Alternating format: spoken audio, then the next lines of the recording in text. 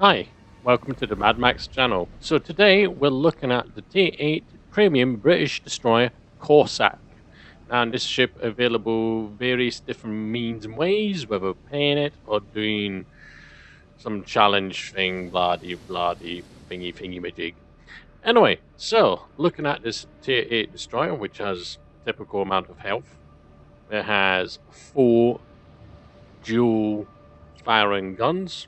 Quite fast, acceptable range, nothing too particularly unusual.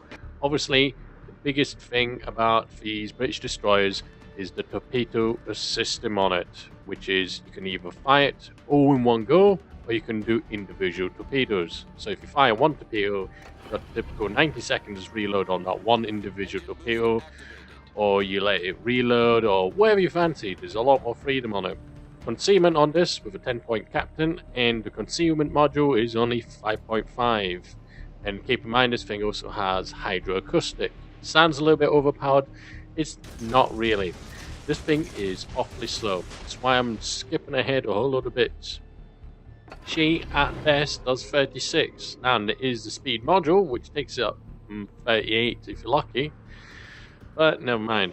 Anyway, up against the Tier 10 Shimakaze. We know her weaponry is not particularly brilliant, so she's most likely to do a torpedo fight instead of a gunfight, which I believe is a mistake for her. Sure, she's put up a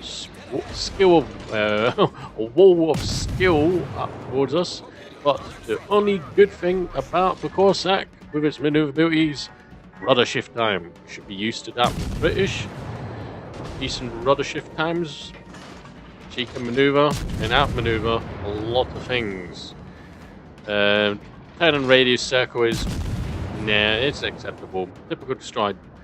One thing to note behind the Cossack is its smoke generator. Its smoke generator does only 2 puffs. We do remember this from the British early on with the cruisers and stuff, that if you're going too fast, your smoke just won't last long enough to actually cover you. And this is very much the case with this destroyer. Also, the smoke only lasts about 40 seconds. So just see here, I'm trying to do a 360 circle to hide myself between these 3 ships, and that's it. That's it from the smoke generator, that little section there. That is something to majorly keep in mind with the Cossack. That smoke is, well, good for trying to run away, as long as you get the smoke behind you, or something where you're actually in the smoke.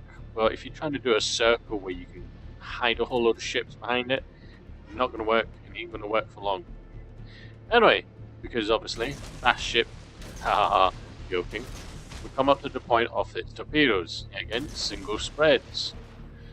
You can do a whole spread, but you can do single spreads. I could just chuck those torpedoes randomly in the enemy's direction.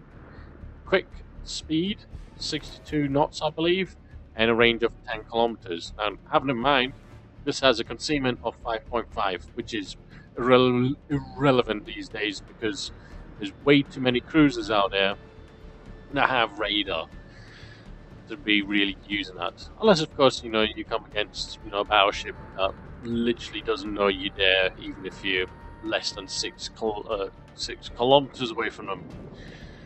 And obviously, pro battleship here, he's already used his repair a couple of seconds ago for a single fire. 2 torpedoes with flooding. I think the cruiser behind me, he's firing at him, so I'm going to try and pop my smoke. And he also gets him on fire too. So this pro battleship is burning and flooding quite badly. So I want to hide that cruiser behind me before he starts firing. But I don't believe it's much use because this guy's health is bleeding badly. But if you just see here with the smoke, 1 puff, 2 puff. I'm trying to stop this thing, and that's it. That's it. That's all the smoke generator will give as a field space. That's it. Not much of a distance, if I'm honest.